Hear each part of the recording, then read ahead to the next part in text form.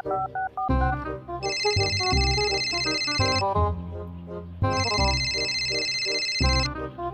ma'am. Hello, Gandang hapon po. ano po kailangan nyo? Ako po yung nag-apply dyan sa construction company ninyo. Yes?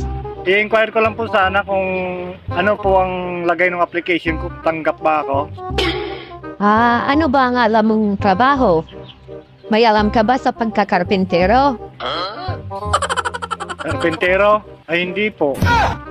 Magmason, alam mo? Ay, hindi ko rin po alam magmason. Mag-electrician.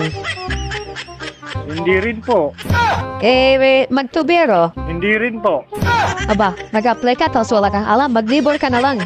Ay, hindi po. Nakakapagod po kasi mag-labor eh. Ganon. Wala ka palang alam eh. Wala kang kalam-alam ng kahit na ano. So, paano kita tatanggapin? Eh, ma'am, ang iba ko pong alam, ma'am, alam ko po kung saan nakatira yung kabit nyo po.